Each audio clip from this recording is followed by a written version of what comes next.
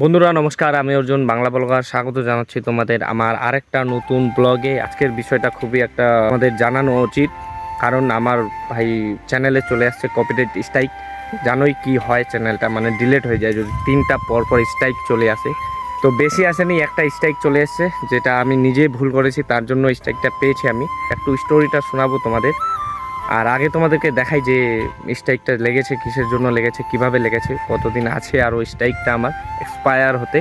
তো সেটাই দেখাবো। চলো আজকের ভিডিওটা শুরু করা যাক এখান থেকে। তো যাই হোক, দেখতেই পাচ্ছ আমি সরাসরি চলে এসেছি কাস্টম চ্যানেলে। এটা হচ্ছে আমার নাম অর্জুন সিংহ। আর তোমাদেরকে দেখাচ্ছি কপিরাইট স্ট্রাইকটা কোথায় লেগেছে আর কি। এই যে এখানে গেলাম আমি, এই যে দেখতে পাচ্ছ গাইস, অ্যাক্টিভ কপিরাইট স্ট্রাইক। 3টার মধ্যে একটা কপিরাইট চলে এসছে, আর যদি 2টা আসে আমার চ্যানেল পুরোপুরি ডিলিট হয়ে যাবে। দেখতে পাচ্ছ এবার আমার কপিরাইট স্ট্রাইকটা কিসের। এই যে এখানে লেখা আছে ICC men's cricket world cup 2023, মানে 2023-এর যে ওয়ার্ল্ড কাপটা ছিল ফাইনাল, সেই ফাইনালের আমি একটা শর্ট ভিডিও ছেড়েছিলাম। সেই শর্ট ভিডিওতে দিয়েছে কপিরাইট স্ট্রাইক।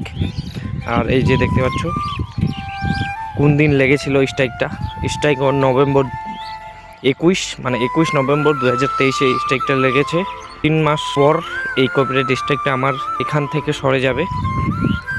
তো আমার 3 মাস হয়ে গেছে অলরেডি, তাও এখনও সরেনি, জানি না এখন কি হবে। যাই হোক, এবার তোমাদেরকে আমি বলি যে আমি স্ট্রাইকটা কিসের জন্য পেয়েছি, তোমরা যাতে না পাও। তোমাদেরকে বলি যে তোমরা যদি না পাও আর কি, তোমাদের কি করতে হবে স্ট্রাইকটা না পাওয়ার জন্য। আমি কিসের জন্য পেয়েছি তোমাদেরকে একটু বললাম, এবার তোমাদেরকে বলি খুলে আর কি। যেদিন আর কি 2023-এর ওয়ার্ল্ড কাপের ফাইনাল ছিল, ইন্ডিয়া ভার্সেস অস্ট্রেলিয়া, সেদিন আমি, তোমরা জানো ইন্ডিয়া আমাদের হেরে গেছে। সবাই আর কি ফাইনালটা দেখেছিল, আমরাও বাড়িতে ফাইনালটা দেখেছিলাম টিভিতে। এবং সেই টিভির রেকর্ড আমি করেছিলাম মোবাইলে আর কি, শর্ট ভিডিও বানিয়ে সেটাকে আমি আপলোড করে দিয়েছিলাম আমার চ্যানেলে। এবং একদিন ছিল, ঠিকই ছিল আমার ভিডিওটা, ভিউসও গেছিলো শর্ট ভিডিওটায়। কিন্তু 2 দিন পর আমার চ্যানেলে স্ট্রাইক চলে আসছে। তাও আমি দেখিনি স্ট্রাইক চলে এসছে। আমি এমনি ইউটিউব স্টুডিওতে আমি এমনি দেখি ভিডিওর ভিউজ, সেখানে গিয়ে দেখি। একদিন আমি গেছিলাম কাস্টম চ্যানেলে, মানে ব্রাউজারে গেছিলাম কাস্টম চ্যানেলে একটু এডিট করতে আর কি, চ্যানেলটাকে মডিফাই করতে।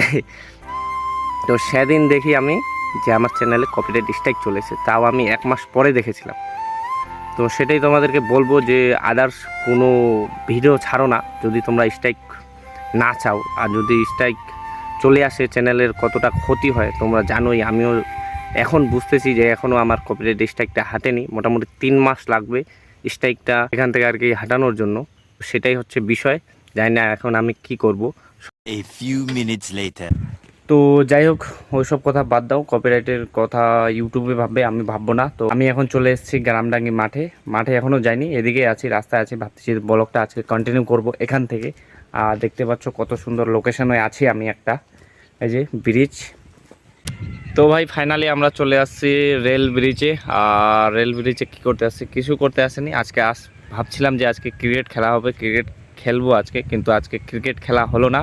তার জন্য একটু চলে আসলাম ঘুরতে, টাইম পাস করতে রেল ব্রিজে। ব্রিজটার নাম হচ্ছে ডগ ব্রিজ। আর কি বলবো, ওদিকে সূর্যও ডুবে যাচ্ছে, আর বেশিক্ষণ টাইম নেই, এখন বাজে 4:30 5টা অবধি। আমাদের ব্রিজ, রেল ব্রিজ, কত সুন্দর সিনটা দেখতে পাচ্ছ। আর নিচ দিয়ে দেখতে পাচ্ছ ডক নদী।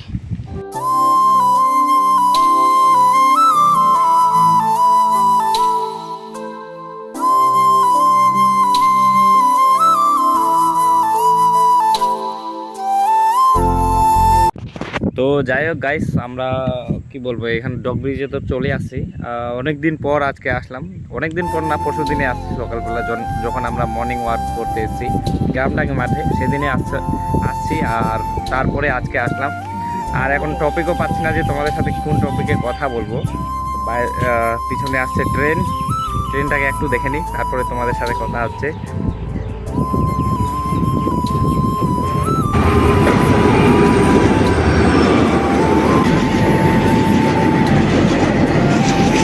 তো নিচ থেকে দেখতে পাচ্ছ কত সুন্দর ভিউটা লাগছে, দুদিকে 2টা ব্রিজ আর মাঝখানে ডক নদী, মানে মাঝখানে অনেকটা গ্যাপ আছে। তো আমরা এখন যাব নিচে একটু নদীটা দেখতে কীরকম হয়েছে নদীটা, মানে জল অনেকটা বেড়ে গেছে। কোনোদিন হয় বাড়ে যায়, আবার কোনোদিন কমে যায়।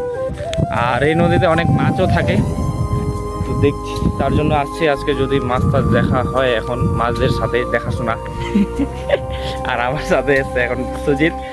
আর একদিন এখানে আমরা আসছিলাম কাঁকড় মারতে, কাঁকড়, ঝিনা মাছ, কাঁকড়া, চিংড়ি, তো সেগুলো মারতে আসছিলাম একদিন, মানে যেদিন ছিল পয়লা বৈশাখ সেদিন আসলাম, আর একদিনও আসিনি।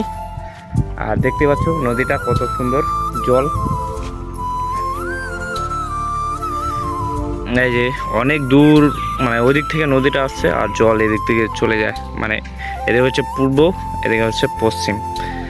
আর জল গাছ দেখতে পাচ্ছ কত ঘোলা, মানে জলটা অনেক ঘোলা। আর ওই যে পাথরগুলো দেখা যাচ্ছে, ওই পাথরের নিচে আমরা কাঁকড়া মারছিলাম। মানে এই নদীর সাইডে, দু সাইডে এরকম পাথর দেওয়া আছে, আর এই পাথরের নিচেই কাঁকড়া থাকে। আর এখান থেকেই আমরা মাছ মারছিলাম আগেবার, অনেক বড় বড়। দুটা পাইছিলাম, আর বেশি পাইনি, 2-3টা পাইছি, তার আর কয়েকটা ঝিনা মাছ পাইছি নাকি। আর এখন চিংড়ি মাছ না গাছ, চিংড়ি মাছ, চিংড়ি চিংড়ি, আর চিংড়ির থেকে এগুলো ছোট, তো এগুলোকে ঝিনা মাছই বলে না, ঝিনা মাছ। চিনা মাছ, চিংড়ি মাছ, তো যাই হোক, মাছ মাছ হয়। তো ভাবছিলাম আমরা যে আজকে স্টেশন যাব, এদিকে স্টেশন আছে একটা, মাগুরজান স্টেশন। তো এখন যাওয়ার টাইমও নাই, সময় নাই। আর যদি আমরা হাঁটে হাঁটে যাই তো আধা ঘন্টা যাইতে, আধা ঘন্টা আসতে আমাদের লেগে যাবে 1 ঘন্টা, আর 1 ঘন্টা পর রাত্রি হয়ে যাবে। আর ডেলি রাত্রিবেলা যাই তো বাড়িতে একটু বোকা খেতে হয়, তার জন্য ভাবছি আজকে ভিডিওটা বানাবো, তারপরে চলে যাব বাড়ি।